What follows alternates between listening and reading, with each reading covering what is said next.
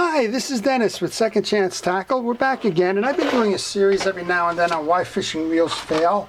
Maybe what that series should be called is why people sell reels at fishing flea markets. But at any rate, I returned. I had a couple of reels that I found. I'm going to work on one today that I show you because I'm more concerned about how it failed than the actual restoration of the reel. But we have three of them. I have a Garcia 3000.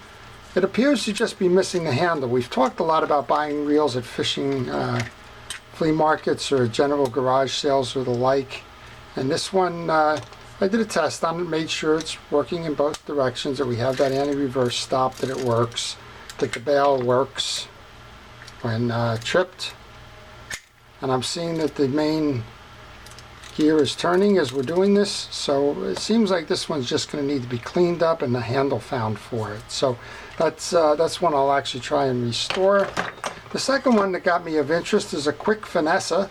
I haven't had this one apart. It's the manufactured by DAM, DAM, and it looks like it's a nice reel, but it's not turning. It goes about a half in each direction and stops turning. So there's something in there that's not correct.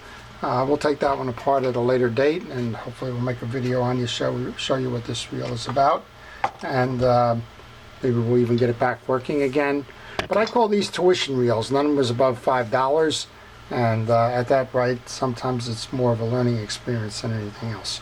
Okay, so here's the one I'm going to try and work on today. This one is a dead stop, has a broken reel foot, so there's probably no reason to believe that it could ever be repaired again.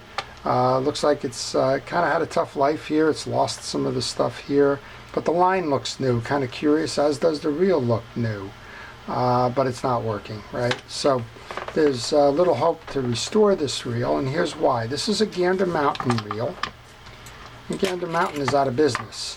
So the comments I'll make here is probably one that applies to Gander Mountain, Cabela's, Dick's, Bass Pro, and others. And that's if you buy a store brand, chances are that you won't be able to find parts and you won't be able to find schematics, and you're lucky if you find who the manufacturer of this was. In this case, this was Gander Mountain, and Gander Mountain's out of business.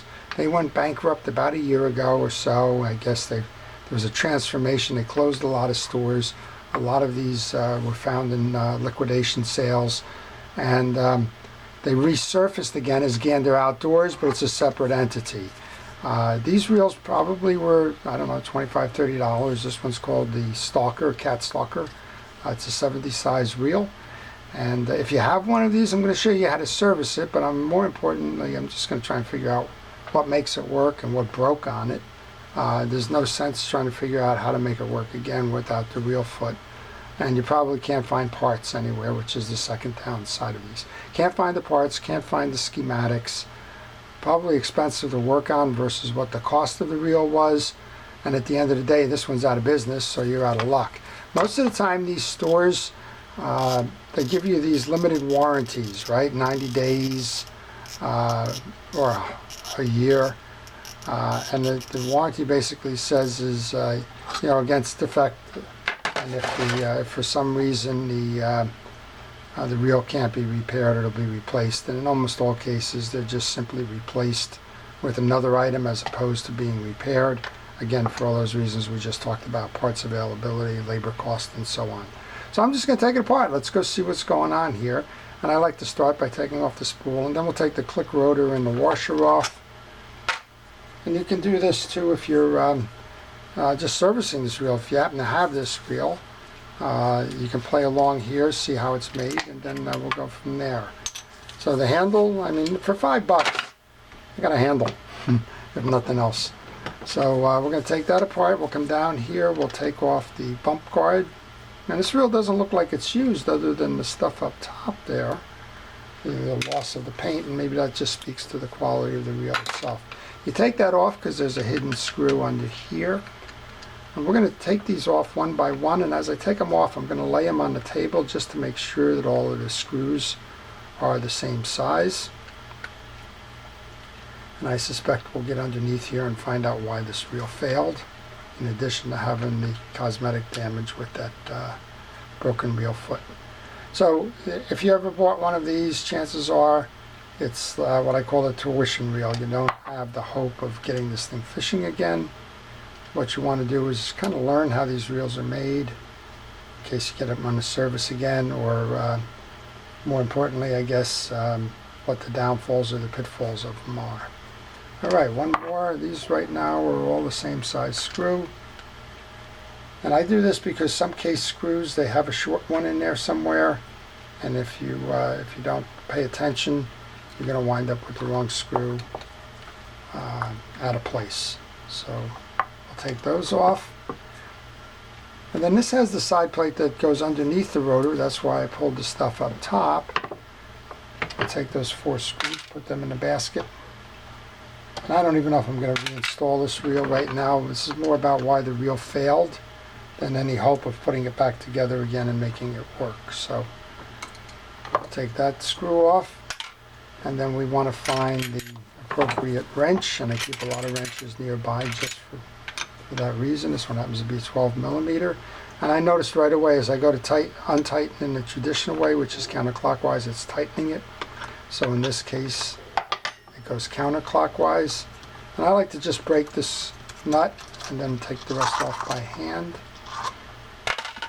Once we do that, we can remove the rotor. It just has a shim washer. That's not the cause of why this broke, but that shim washer would go on top here. And then we have a traditional anti-reverse, which is a sign of a less expensive reel. That's the one where you have the saw teeth underneath. You have a little lever that controls in and out on this one to lock the anti-reverse in place. And you have an anti-reverse override, which will push it where that can't move out. And then within it engaged, then it will move out and it will lock into one of those teeth. So that's the construction. So that tells me that they didn't use an anti-reverse clutch, and that this is on the lower end of the price points as far as fishing reels go. So we'll put that in there, and then we'll get to answer that question, I think, pretty much right away in terms of why this reel failed. And right now I'm not seeing it. So I'm looking for broken teeth or some other indication that there's a problem here. For some reason this is not moving here on the crosswind gear. So let's go further and take a look and see what's going on down there.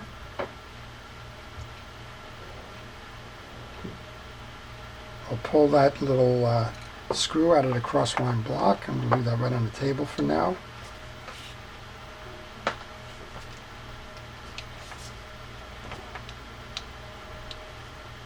And this should just pull up. We're having some difficulty there, so I'm going to grab the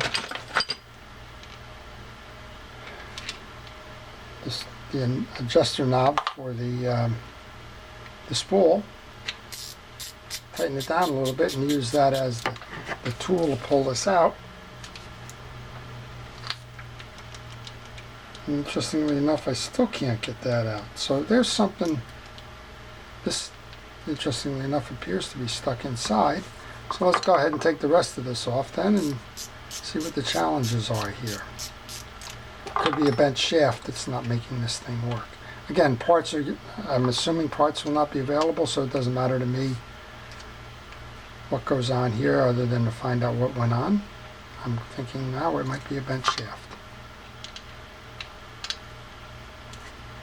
If you wanted to look, you probably could. You could find, you possibly could find a donor reel on eBay. There you go. So there's something going on in here in the shaft. This shaft is, it's stuck on the spool. I don't know what in the world caused that. I've never seen that before. I've seen bent shafts, but generally you can push it in one direction or the other. But in this case, that's not happening. I'm going to just grab it briefly in my bench vise, which is off camera. I understand that. Wow. Had to hammer it down to get it out.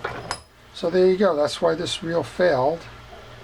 And you can visibly see that we have a bent shaft. So there's the problem to this reel and why this reel failed.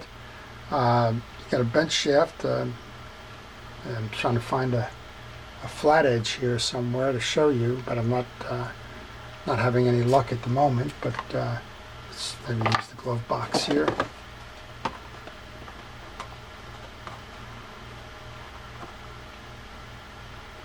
No, it's not what I want to show you, but it's visible right here that there's just a bend in this as we come through. What happened there probably is that you had your reel, had your spool on it,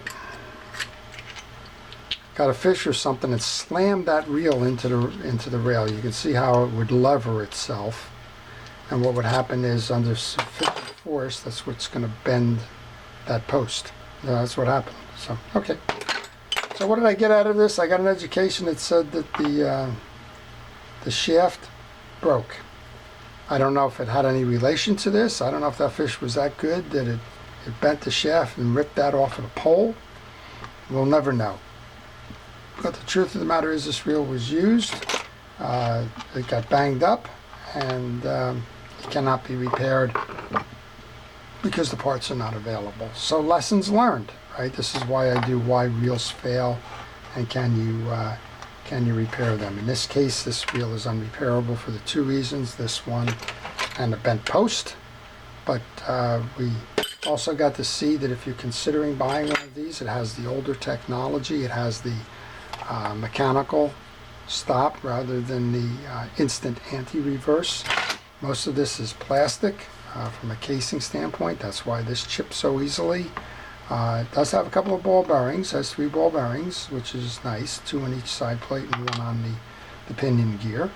I don't want to say the materials are subpar, I can't say, but for one reason or another that shaft did bend, and that's somewhat unusual, although I've seen bent shafts on Penn Fierce reels as well. So I can't say that that's the total product quality commitment there, but I can say I got a nice handle for my $5. So there you go. Maybe that handle even fits the Mitchell here. Who knows? Nope, doesn't fit the Mitchell. Well, such is life.